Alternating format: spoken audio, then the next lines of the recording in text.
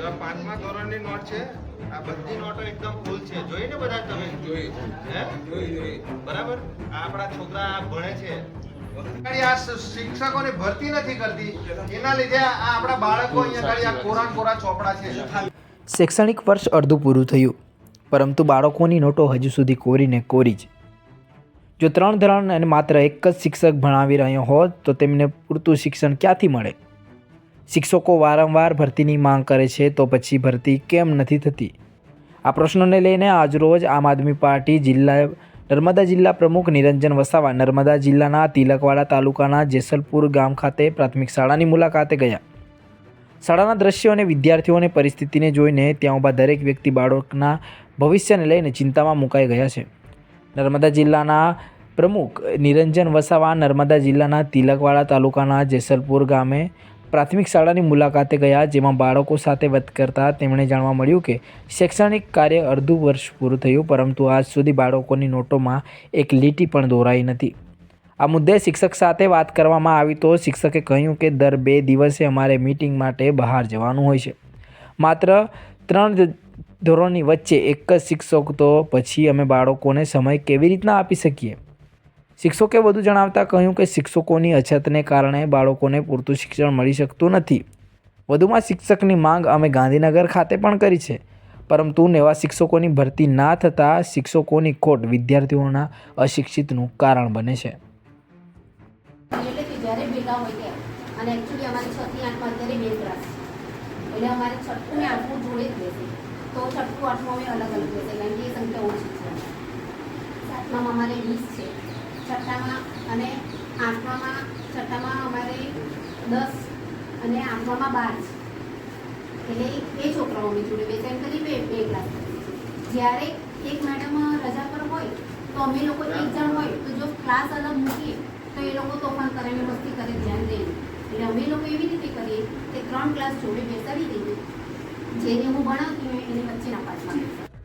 હવે 30 વર્ષ સુધી આ સરકાર રહી, પરંતુ 30 વર્ષની સરકારમાં કયા પ્રકારના કામો કર્યા તેનો જવાબ નર્મદા જિલ્લા પ્રમુખ એટલે કે આમ આદમી પાર્ટી નર્મદા જિલ્લા પ્રમુખ નિરંજન વસાવા કરી રહ્યા છે. નર્મદા જિલ્લાના તિલકવાડા તાલુકાના જયસિંહપુરા ગામની જે પ્રાથમિક શાળા છે, ગ્રામજનોની રજૂઆતને ધ્યાને લઈ અને અમે આજે આ જયસિંહપુરા પ્રાથમિક શાળાની મુલાકાત લીધી. અમે તમને ઘણા બધા બાળકોની જે નોટબુકો છે એ નોટબુકો તમને અમે બતાડી. તો આજે 1 થી 8 ધોરણના અહીંયા ગાડી બાળકો આ પ્રાથમિક શાળા સ્કૂલમાં ભણે છે. 3જા 4થા ને 5મા એમાં એક જ શિક્ષક છે અને તે પણ પ્રિન્સિપાલ છે. હવે એમાં પ્રિન્સિપાલની જવાબદારી એટલી બધી વધારે હોય છે, એ અમને કહે છે અમારે કાં તો રાજપીપળા મિટિંગમાં બોલાવે ત્યાં જવું પડે છે, તિલકવાડા બોલાવે ત્યાં જવું પડે છે. તો અમે અહીંયા ગાડી એ સ્કૂલના બાળકોને ભણાવવાનું કામ કરીએ કે પછી મિટિંગોમાં જઈએ? દર 2 દિવસે અમને મિટિંગોમાં બોલાવવામાં આવે છે. અને સાથે સાથે અહીંયા ગાડી 5મા ધોરણના જે બાળકોની અમે નોટબુક ચેક કરી તો જે હિન્દી, ગુજરાતી, અંગ્રેજી અને જે અન્ય વિષયો છે એ વિષયોમાં કશું પણ લખેલું નથી. એ સ્પષ્ટપણે આ નોટબુકમાં આ બાળકો જે અજયભાઈ કે શું નામ હતું છોકરાનું, ધવલભાઈ ભીલ જે છોકરો છે એ છોકરાની નોટબુકો તેમજ અન્ય બાળકોની નોટબુકો અમે તપાસી તો ત્યાં આગળ કંઈ પણ લખેલું નથી. તો આનું જવાબદાર કોણ? અમે વારંવાર રજૂઆત કરતા આવ્યા છે કે શિક્ષકોની ભરતી કરો, બરાબર. અત્યારે જ્ઞાન સહાયકોની જે ભરતી કરવામાં આવે છે તેમાં પણ ઘણી બધી સ્કૂલો આજે પણ ખાલી છે. ખરેખર ભરતી જો કરવી હોય તો વિદ્યા સહાયકની ભરતી કરો. આજે ગાંધીનગર ખાતે પણ ઘણા બધા આંદોલનો કરવામાં આવ્યા છે, ઘણી બધી રજૂઆતો કરવામાં આવી છે. તેમ છતાં આ શિક્ષણ મંત્રી અને જે ભારતીય જનતા પાર્ટીમાં બેઠેલા જે ચૂંટાયેલા પ્રતિનિધિ છે, એ ધારાસભ્ય હોય કે સાંસદ સભ્ય, એ લોકોના નેજા હેઠળ જે આ સ્કૂલો આજે છેલ્લા 30 વર્ષથી ચાલી રહી છે, શું એમને આ દેખાતો નથી કે આ ટ્રાઇબલ વિસ્તારમાં એમના બાળકોનું જે ભવિષ્ય છે એ બાળકો શું કરે છે? આજે 8મા ધોરણ, 6ઠ્ઠા ધોરણ અને 7મા ધોરણના બાળકોની પણ નોટબુક અમે તપાસી તો ત્યાં આગળ પહેલું જે પેજ આવે છે ત્યાં ગુજરાતી ઉપર લખેલું છે અને નીચેના પેજ પર ગણિત લખેલું છે. હવે બિચારા બાળકોને પણ એ ખબર નથી કે અમે ગુજરાતીનું એક જ નોટબુકમાં ભણીએ કે ગણિતનું ભણીએ. આનું જવાબદાર કોણ? આ અમારા ટ્રાઇબલ વિસ્તાર અને સમગ્ર ગુજરાતનો આ પ્રશ્ન છે.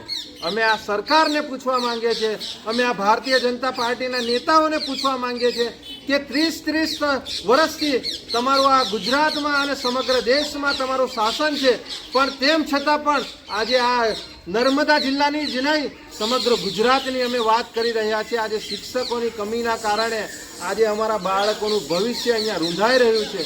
અમારા જે આ બાળકો છે એ 10મા ધોરણમાં અહીંથી 8મા ધોરણમાં તો જેમ તેમ કરીને આ શિક્ષકો પાસ કરી દેશે, પણ આ જે 10મું ધોરણ જે બોર્ડનું એક્ઝામ છે 10મા ને 12મામાં આ છોકરાઓ નપાસ થાય છે અને ન છૂટકે એ લોકો કોદાળી અને પાવડા અને તગારા લઈ અને એ લોકો મહેનત મજૂરી કરવા માટે ગામડાઓમાં જાય છે અને એ લોકો મા બાપની ખેતી કરે છે. એટલે આજે સમગ્ર ગુજરાતની જનતાને અમે કહેવા માંગીએ છીએ કે આવનારા દિવસોમાં તમે દરેક સ્કૂલોની મુલાકાત લો. અમે ગામના વાલીઓને પણ કહેવા માંગીએ છીએ કે એક ગામના વાલીઓએ એવી ટીમ બનાવો કે અઠવાડિયામાં મારું બાળક શું ભણે છે, સ્કૂલમાં જઈને શું ખાય છે, બરાબર સરપંચને સાથે રાખો, ગામના આગેવાનને સાથે રાખો અને તમામ સ્કૂલોની મુલાકાત લો તમે. નહીંતર તો આ ભારતીય જનતા પાર્ટી સમગ્ર ગુજરાતના છોકરાઓના ભવિષ્ય સાથે આ છેડા કરી રહી છે. એ સ્પષ્ટપણે અહીંયા આગળ સ્પષ્ટ દેખાઈ રહ્યું છે.